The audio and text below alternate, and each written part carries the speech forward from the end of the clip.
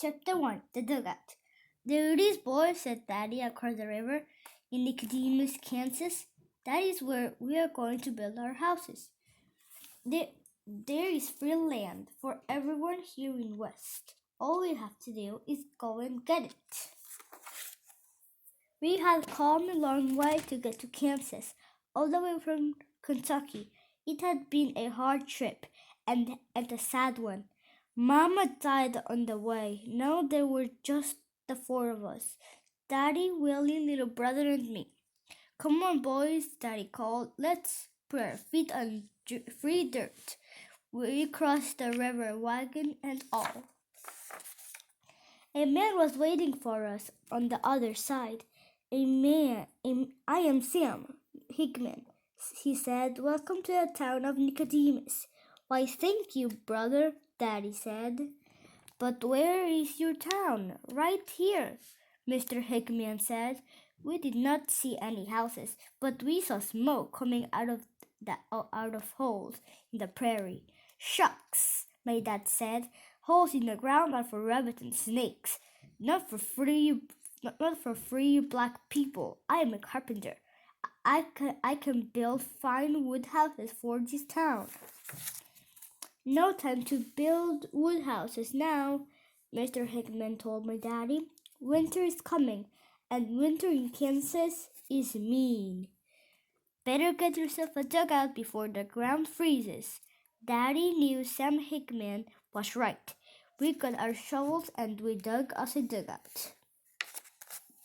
It was much of a place, dirt floor, dirt walls, no windows, and the roof was just grass and branches, but we were glad to have the dugout when the wind began to whistle across the prairie. Every night, Willie lit the lamp and made a fire. I cooked a rabbit stew or fried a pan of fish, fresh from the river. After supper, Daddy would always say, "How about a song or two?" He will take out his banjo and plink, plonk, plink, plunk, plunk. Pretty soon, that dugout felt like home. Chapter 2 Indians. Winter came, and that Kansas winter was mean. It snowed day after day. We could not hunt or fish. We had no more rabbit stew, no more fish fresh from the river. All we had was cornmeal mush to eat. Then one day, there was no more cornmeal. There was not a lick of food in the whole town of Nicodemus, and nothing left to burn for firewood. Little brother cried all the time. He was so cold and hungry. Daddy wrapped blankets around him. "Hush, baby son," he said to him. "Try to sleep. Supply train will be coming soon." But the supply train did not come. Not the day or the next. On the third day, we heard the sound of horses. Daddy looked out to see who it was. "Oh, Lord," he said, "Indians!" We were so scared. We had all heard stories about Indians. I tried to be brave. "I will get my gun, Daddy," I said. But Daddy said, "Hold on, Johnny. Wait and see what they do." We watched from the dugout. Everyone in Nicodemus was watching the Indians. First they made a circle, then each Indian took something from his saddlebag and dropped it on the ground. The Indians turned and rode straight toward the dugout. "Now they are coming for us," Willie cried. We raised our guns, but the Indians rode past us and kept on going. We waited a long time to be sure they were gone.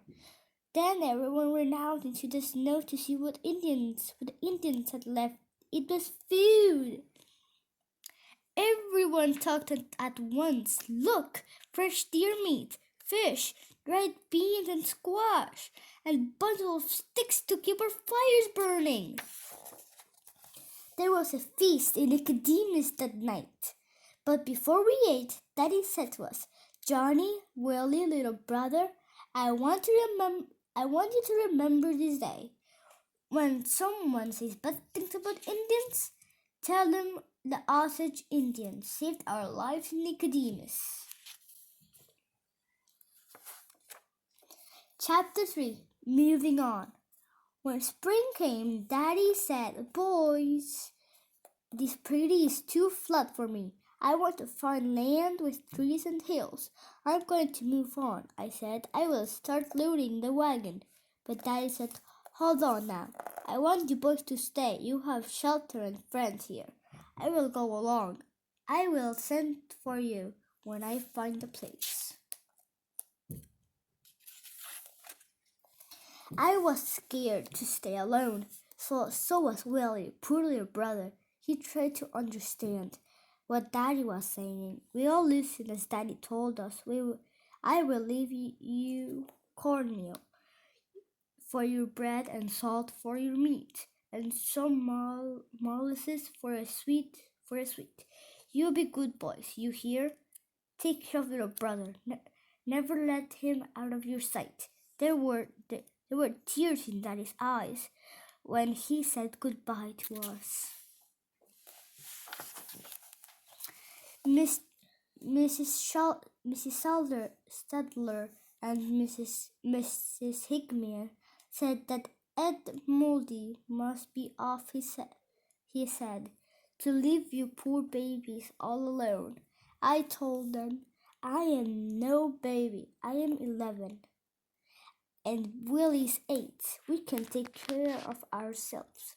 Little brother is only 3, but we can take care of him too." We did what our daddy told us. We hunted and fished and cooked. We swept the dugout clean. We even baked our own cornbread.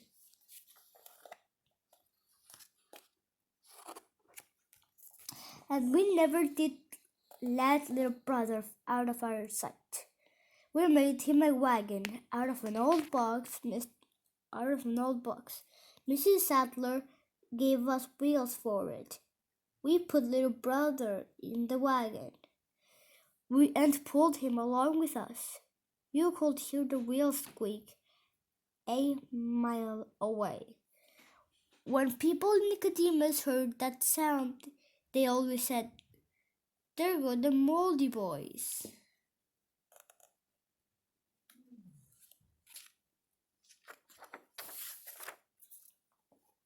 One day we were picking berries near the river. Willie said, "Johnny, I smell smoke." We looked up. The whole sky was orange. We heard someone shout, "Prairie fire!" We saw the fire behind us.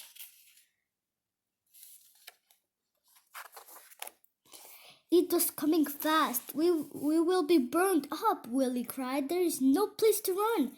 I saw a deer running toward the river. "Quick," I told Willie, "run to the river." We ran, pulling the wagon behind us. People from Nicodemus were running with us now.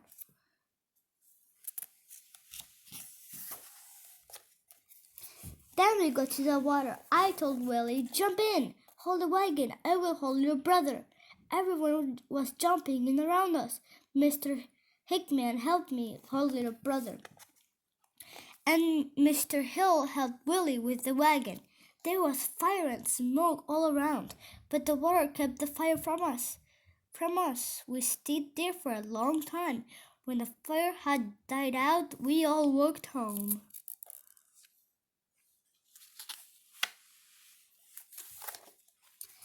Chapter 4. That letter. April went by, then May and June. We hunted and fished and waited for a letter from Daddy. Nothing came. Then in July, the postmaster came with a letter for us. Dun, dun, dun. Dun, dun, dun. It said, "Dear boys, I have found fine free land near Solomon City. There is wood here to build a house and good black dirt for growing corn and beans. There is a map with this letter. A map shows where I am and where you are. Follow the map. Stay close to the Solomon River until you come to the deer trail. You will find me. You will find me. I know you can do it because you are my fun, big boys. Love you to you all, Daddy. We started out the next day. We piled cornbread and blankets into little brother's wagon. Until? Where? Until? Until there was no room for little brother. Can you walk like a big boy? I asked him. He nodded. All of Nicodemus came out to say goodbye. The Hickmans, and the settlers. They said, poor babies, going 150 miles all by themselves. But we knew we could do it. Our daddy had told us so.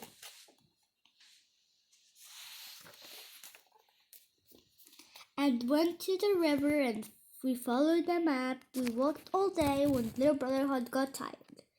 We carried him at night. At night we stopped and made a fire. I told Willie we will take turns. First I will watch the fire and you sleep. Fire the gun sometimes. It will scare wild animals away. There were plenty of wild animals on the prairie. Wolves, panthers, coyotes. Each night our fire and the sound of the gun kept them away.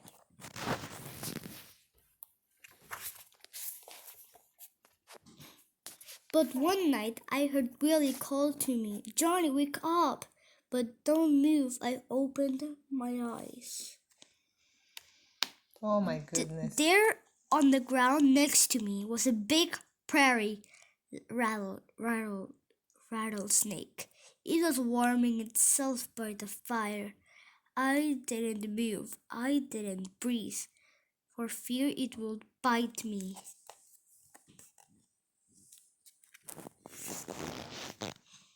What shall we do? Willie whispered. I tried to think what Daddy will do. Then I remembered Daddy once told me that snakes like warm places. I said to Willie, let the fire go out. It seemed like hours we were there, Willie, little brother, and me, staying too still. At last the fire went out. The night air got chilly. The snake moved away into the darkness. Smart guys. Yeah. For 22 days, we followed the river. Then one day we came to a deer trail. It led away from the river, just like on the map. This way, I told my brothers.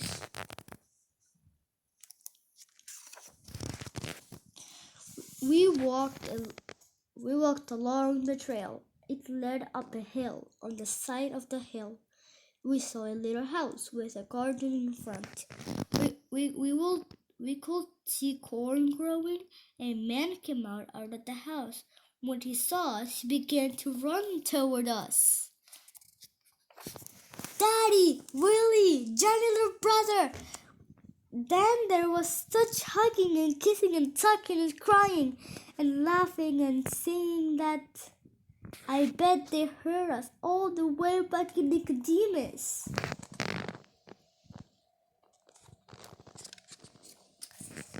And old Mr. Settler must have said, sounds like the Moldy Boys have found their daddy. That end. The end. And that's the story of Wagon Wheels and the Moldy Boys. I hope you enjoyed it. Bye.